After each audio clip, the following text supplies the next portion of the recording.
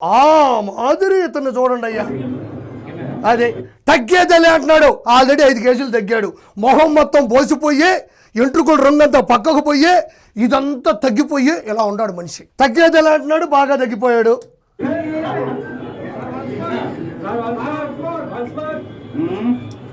ఏమనుకోవద్దు, అక్కడ ఈయన కార్యకర్తలు, ఈయన సంబంధించిన పేటీఎం వాళ్ళు ఎవరన్నా ఉంటే ఇలా అంటున్నాడేమో. ఇప్పట్లో రాడు, రేపో ఎల్లుండో వస్తాడేమో, ఇంటికి వస్తాడులే, ఏసి వేసుకొని పడుకుంటాడని మాత్రం మీరు అనుకోవద్దు. ఈయన మీద ఇప్పటికి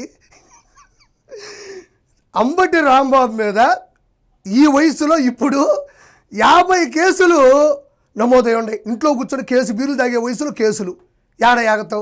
అవి కాక మళ్ళీ ఇంకా చాలా కేసులు ఉంటాయి. మనకు అనవసరం గంట అరగంట, అవి మనకు సంబంధించినవి కాదు.